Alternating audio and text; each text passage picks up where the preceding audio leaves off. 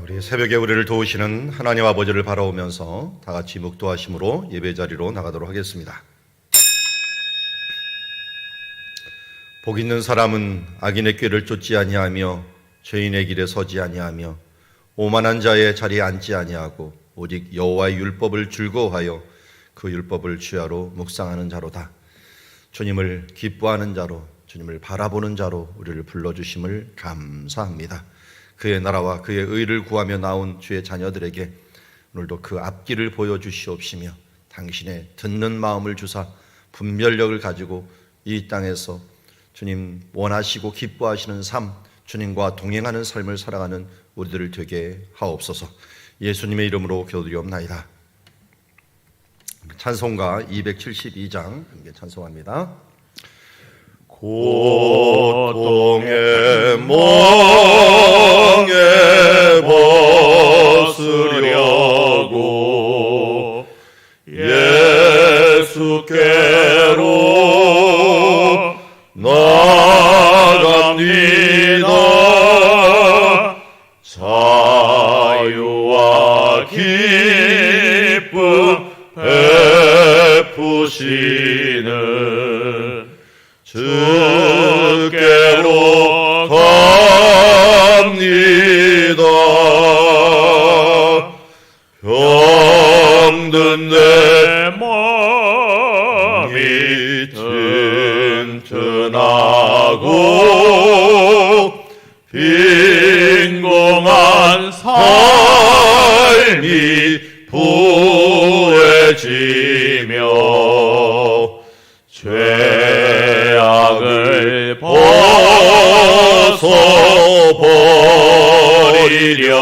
벗어버리려고 주께로 갑니다.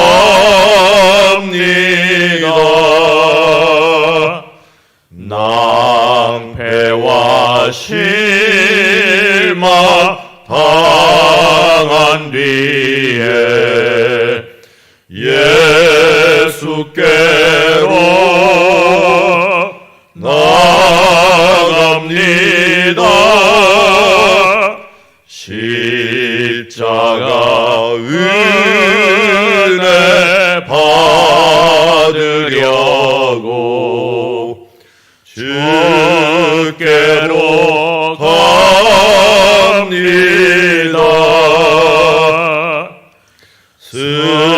슬프던 마음 위로받고 인생의 풍파 잔잔하여 영광의 찬송 부르려고 주께로 갑니다.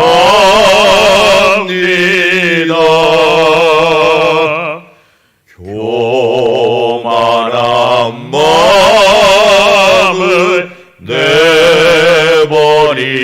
내버리고 예수께로 나갑니다. 복되신 말씀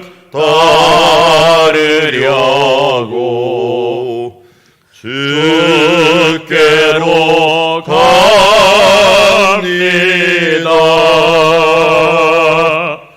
실망한 이 몸 힘을 얻고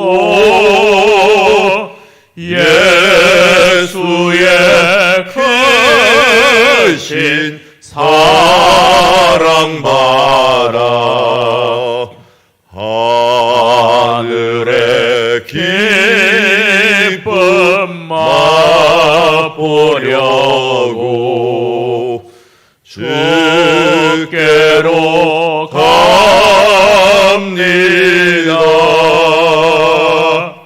죽음의 길을 벗어나서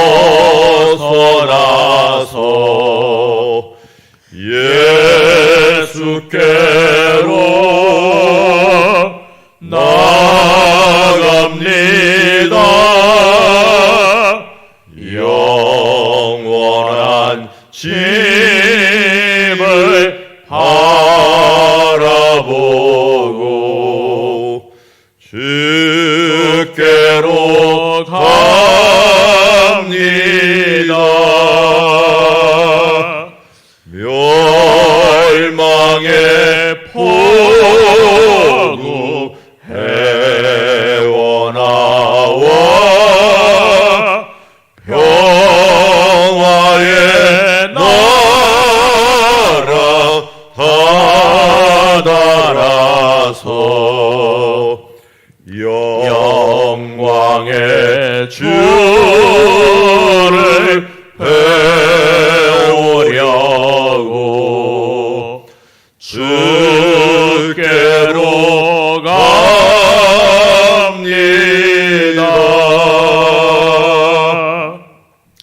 이 시간은 나라와 민족을 위해서 또 교회를 위해서 기도하는 시간입니다. 우리 나라와 민족과 우리 한국교회가 코로나19를 은혜 중에 극복하게 하여 주시옵시고 정치인과 경제인들이 국제정세에 지혜롭게 대처하게 하여 주옵시며 각종 예배가 회복되게 하여 주시옵시고 일상을 회개하고 하나님이 원하는 일상으로 회복하는 은혜와 복을 허락하여 주시옵소서. 우리 이 시간 합심하여서 함께 기도의 자리로 나가도록 하겠습니다. 하나님 아버지, 오늘도 주의 말씀과 기도로서 우리를 거룩하게 하여 주심을 감사합니다. 오늘도 나라와 민족 교회를 위하여 기도하며 나아갑니다. 하나님, 이 기회를 통하여 우리 교회들을 새롭게 하여 주시옵시고 거룩하게 하옵시고 또 새로운 마음으로 시작하게 하여 주심을 감사합니다.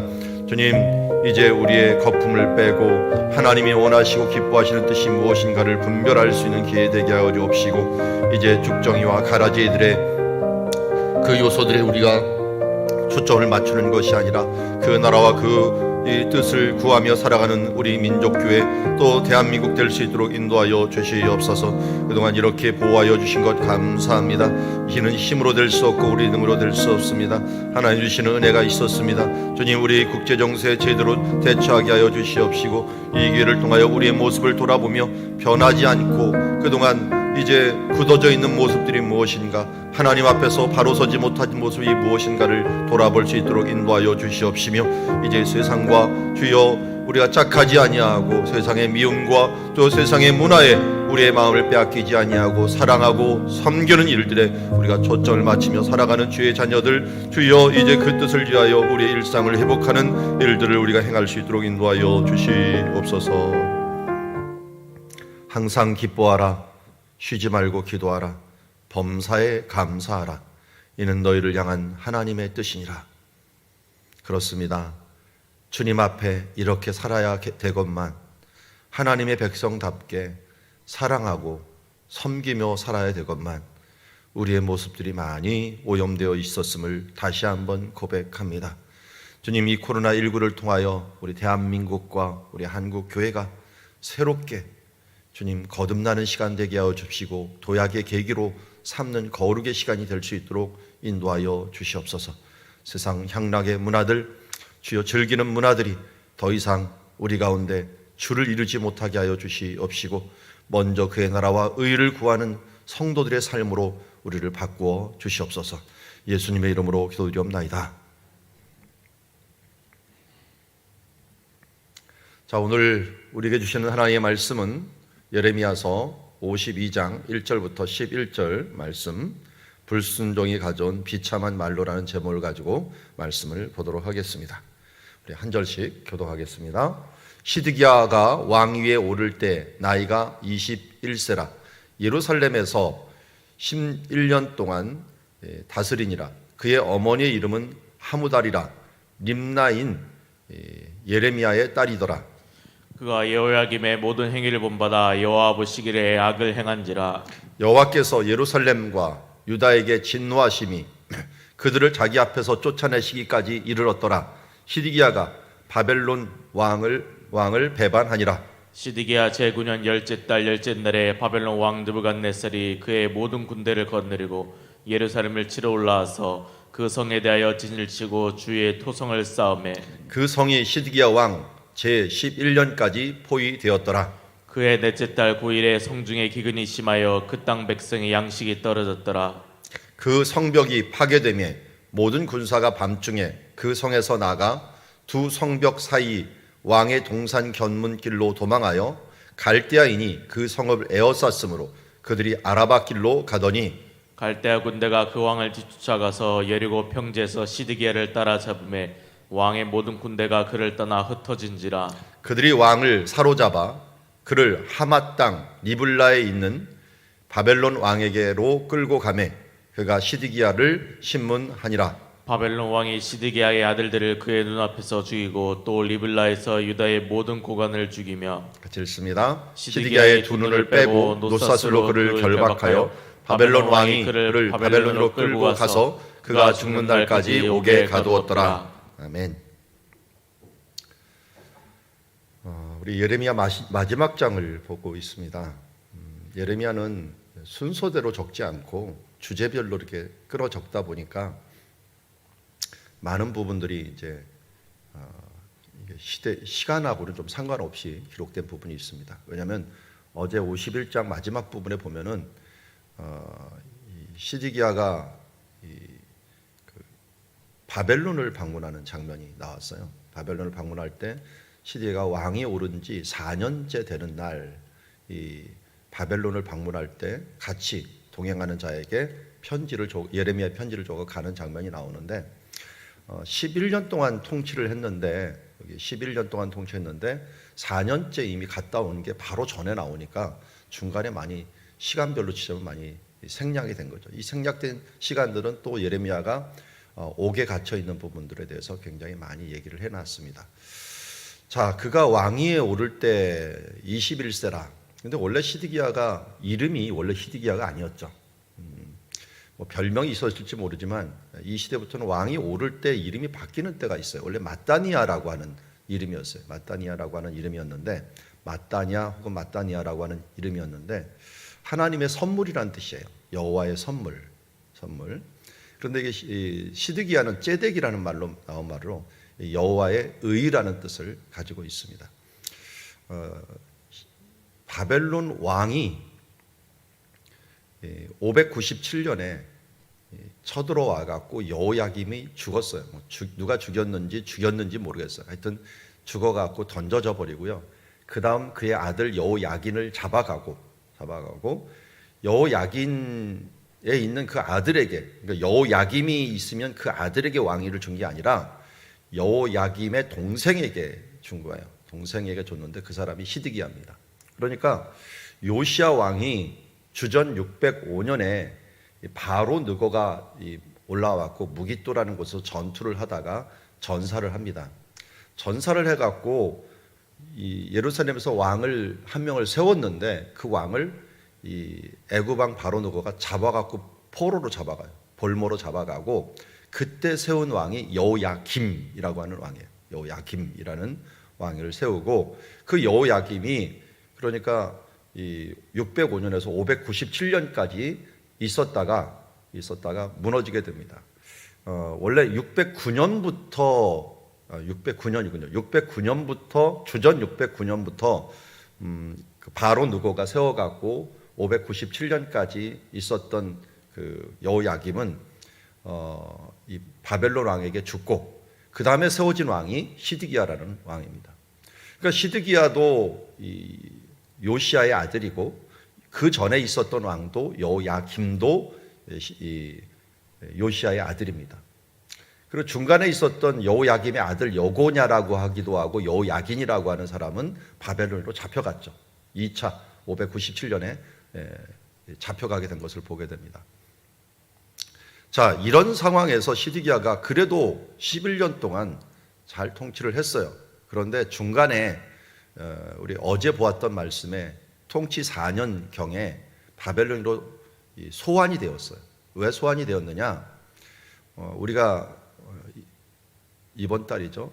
지난달에 들어왔고 보았던 26장 4절 정도에 보면은 예레미야 26장 4절에 보면은 많은 사절들이 오는데 예레미야가 이런 나무 멍에를 가지고서 사람들에게 얘기합니다. 너희가 이 멍에를 벗어버리려고 하지 마라. 하나님께서 쇠멍에를 줄 것이다 하면서 그들에게 바벨론을 섬기라고 얘기를 했는데 그때가 아마 이 시드기야가 사람들을 모아갖고 바벨론에 대해서 반역을 깨하려고 했던 그 모임이 있었던 것 같습니다. 그래서 소환이 된 거예요. 애굽이 도와주려고 하는 장면과 그리고 위에서 또 눈치를 채고 그를 쪼이려고 하는 그런 상황. 그러니까 한마디로 북쪽의 제국과 남쪽의 제국이 요 가운데 유다를 놓고서 계속 팽팽하게 줄다리기를 하는 그런 상황에 있었던 것입니다. 우리 북한이 잘하는 것 중에 하나가 이게 그야말로 이런 줄다리기에서 이게 외줄타기식으로 이 외교를 잘하죠. 어떻게 보면 저렇게 잘할 수 있을까 할 정도로 그냥 이 막판까지 가고 어떻게든지 이거를 지금 사용해 갖고 외교를 하고 있는데, 그러다 보니까 힘든 것도 있지만 참 대단하다는 생각이 들어요. 어떨 때는 수십 년 동안 저렇게 이 양쪽 외교를 하고 있으며 살까. 중국한테도 완전히 물리지도 않고, 또 뭐 주체사장이라고, 또 미국한테도 밀리지도 않고 하면서 요 사이에 껴갖고 지금 하는 것들이 유다가 아마 그런 상황이었어요. 물론 더 강한 나라가 있었죠. 바벨론이 훨씬 강했어요. 그런데 애굽이 도와주면 그래도 자기네들이 할까 하면서 애굽하고 이걸 왔다 갔다 하는 그런 상황에 있었던, 이런 국제 정세에 있었던 것을 보게 됩니다. 그래서 21세 왕이 됐으니까 이런 상황에 정말 뭐 어찌할 줄을 몰랐죠. 그런데 2절 말씀, 우리 어제 수요예배 때도 이 말씀을 보았기 때문에요, 우리가 따로 그렇게 보지 않고 포인트만 좀 보도록 하겠습니다. 2절에 보니까 여호야김의 모든 행위를 본받아 여호와 보시기에 악을 행한지라. 시드기야가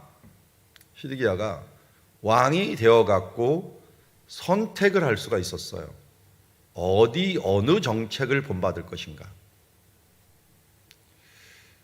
그의 아버지의 정책을 본받을 것인가, 그의 형의 정책을 본받을 것인가. 성경은 당연히 아버지 요시야의 정책을 본받으라고 하죠. 그런데 그 당시에 어떤 눈으로 쳐다보느냐에 따라서 선택을 할 수가 있었어요. 제가 자주 얘기하는데요, 12정탐꾼이 왜 이렇게 똑같은 것을 보고 와갖고 의견이 갈렸는가. 그건 어떤 것을 선택하느냐에 따라 틀린 거예요. 12정탐꾼이 이제 사람들한테 돌아왔어요. 돌아오는데 돌아와서 저 멀리서 봤겠죠, 자기네 이 진을. 근데 10명은 그 진을 보면서 오합지졸이 보인 거예요. 근데 2명은 뭘 봤어요? 여호수아 갈렙은 구름 기둥과 불 기둥이 보인 거예요. 여러분, 이 땅에서도 뭘 보느냐에 따라서 그 다음에 해석이 틀려져요. 구름 기둥과 불 기둥을 보니까 하나님이 다른 데는 없는 이 불기둥으로 함께하는 모습을 본 거예요.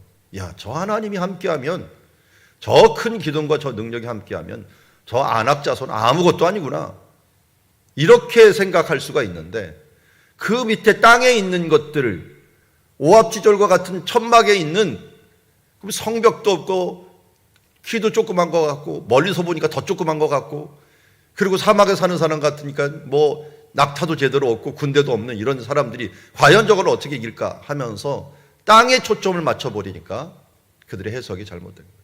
어떤 눈으로 바라봤느냐.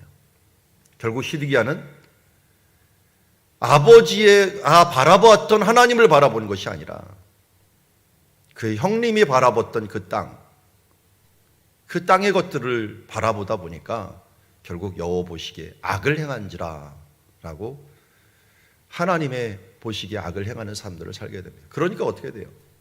이게 참, 시드기야가 어떨 때는 예레미야 말을 들었다가 또 마음에 찔렸다가, 어떨 때는 또 친애굽파 사람들이 그를 이래야 됩니다 저래야 됩니다 또 신하들에 끌렸다가 왔다 갔다 하는 모습을 봅니다. 시드기야가 꼭 누굴 닮았냐면요, 사울왕을 닮았어요.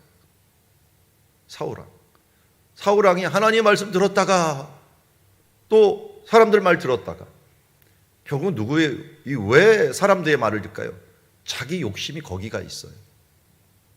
마음이 거기가 있다 보니까 그것을 따르게 되는 거죠. 이런 환경 탓할 거 없어요. 왜 이상하게 똑같은 환경에서도 사람들이 다른 결정을 하게 될까요?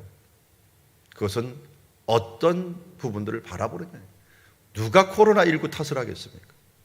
코로나19 때문에 교회를 못 가서 신앙이 안 좋아졌다느니 뭐 이 핑계를 댈 수 있는 것이 있을까요? 하나님은 다 아셔요. 그가 무엇을 바라보고 살아가는가. 이 기회를 통해 갖고 더 열심히 하는 사람들이 있어요. 여기 두진 아파트 근처에 사는 분인데 뭐 저희 교인은 아니에요. 제가 성경 공부하는 팀 있는데 그분이 이 온라인으로 들어와 갖고 지난번에 나누는 걸 봤어요.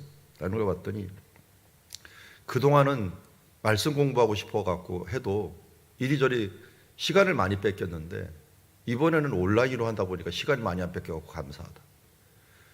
또 제 강의 중에서 뭐 포항에서 듣는 사람들, 뭐 저쪽 뭐 강릉에서 듣는 사람들, 사박에서 듣는 사람들이 있더라고요.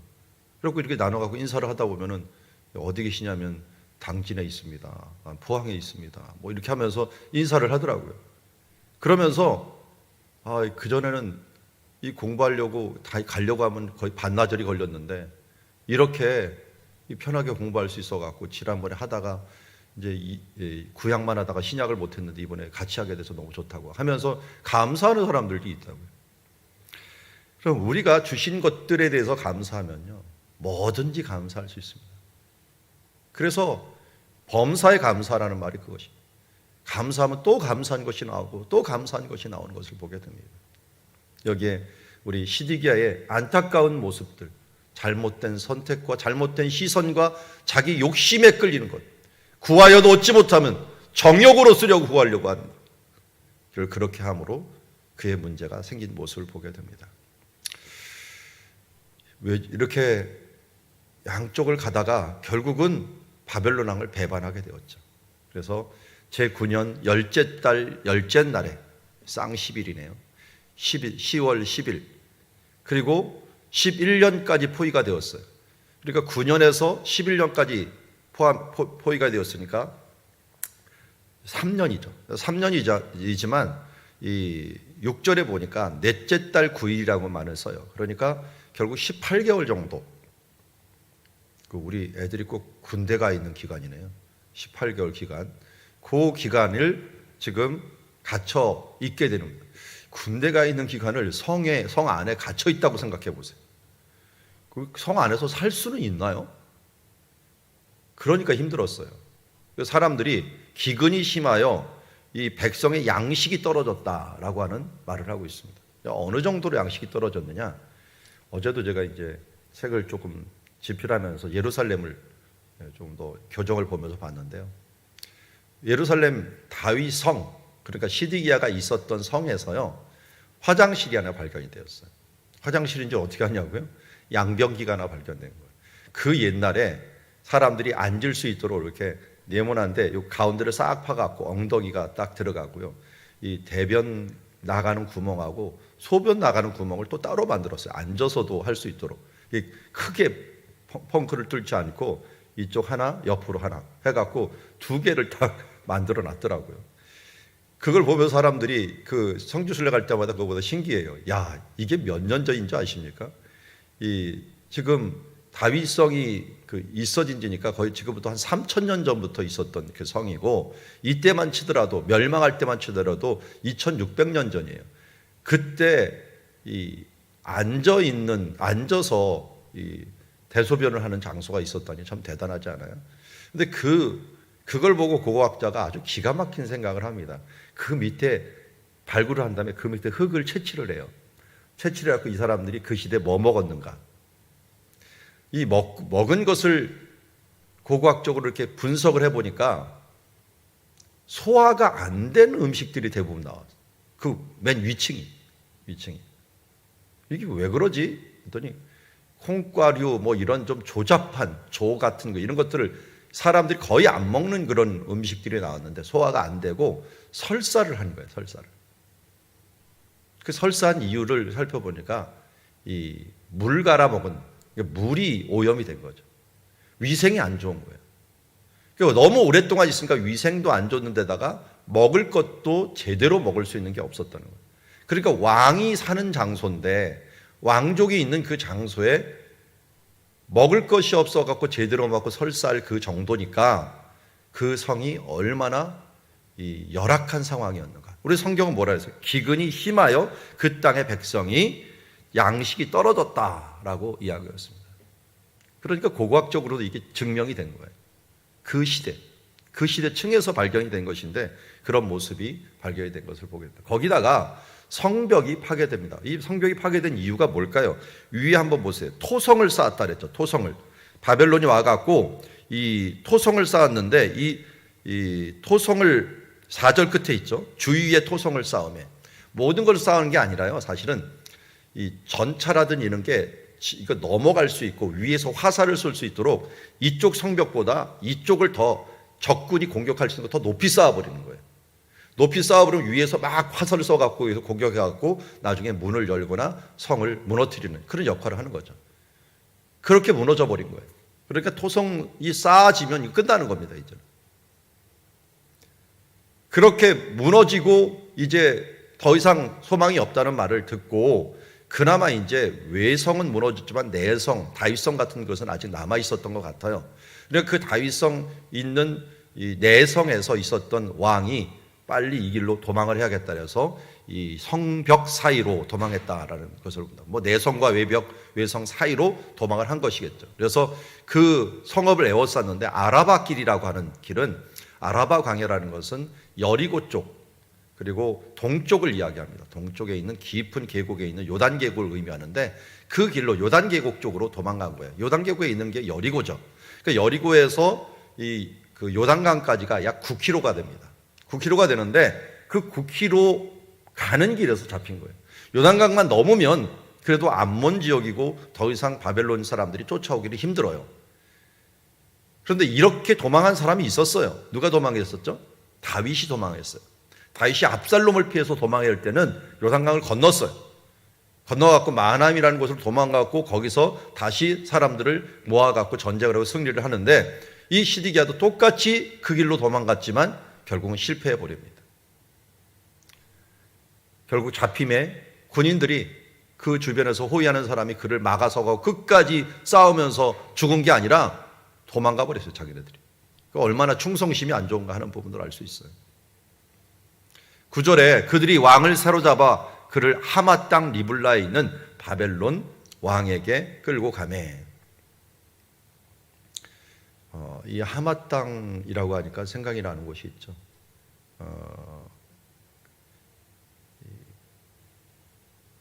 아브라함이 롯을 구하기 위해서 다메섹 왼편 호박까지 쫓아갔다라는 표현을 써요. 거기 근처입니다. 그러니까 한때는 롯이 잡혀갔을 때 아브라함이 구해오려고 했던 지역이에요. 또 다윗이 그곳까지 가고 그 근처들을 다 정복했던 지역이에요. 그런데 이제는 그쪽으로 데리고 가고 거기서 시드기야를 신문하는 결과를 가져옵니다. 그런데 신문을 그냥 하는 게 아니라 어떻게 해요? 그의 후손들이라 할 수 있는 아들들을 다 죽여버리고 고관들도 다 죽여버리죠. 죽이고 더 이상 그들에게 소망이 없다는 걸 알려줍니다. 너는 뒤에 소망이 없다. 그리고 눈을 빼버립니다. 이상하게 성경에 오면 눈 빠진 사람들이 많이 있어요. 우리 제일 첫 번째 눈을 뺀 사람이 누굽니까? 삼손이죠. 삼손이 눈이 빠지면서 결국은 마지막 사명을 이루기는 했지만 여기는 이제 반대죠. 하나님의 말씀대로 살지 못하다가 결국 눈이 빼진 사람이에요. 근데 눈을 빼지는 않았어도 눈이 먼 사람도 있어요. 이 근처 길을 가다가 눈 먼 사람이 바울 같은 사람, 사울 같은 사람이 또 눈이 먼 사람이죠. 그러니까 결국 눈이라고 하는 것은 이 가치관을 얘기하잖아요. 보는 것. 어떤 눈으로 보느냐. 그의 눈이 빠짐으로 잘못된 눈으로 바라보았던 그의 삶이 심판을 받았다 하는 것을 보게 됩니다. 오늘 우리가 하나님이 볼 수 있는 시간, 선택의 시간을 주셨을 때 잘해야 됩니다.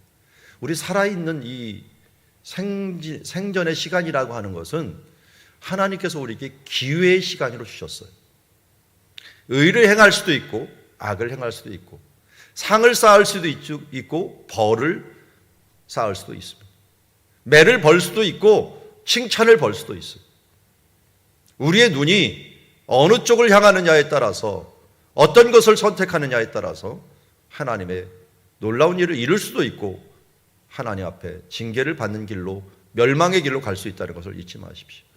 오늘 하루의 기회를 주신 하나님 앞에 우리가 바른 시각과 바른 눈을 가지고 선을 행하는 자, 말과 혀로만 사랑하지 말고 행함과 진실함으로 사랑하는 자, 하나님의 큰 마음이 우리 가운데 있다고 해서 우리가 함부로 살아야 된다는 건 아닙니다.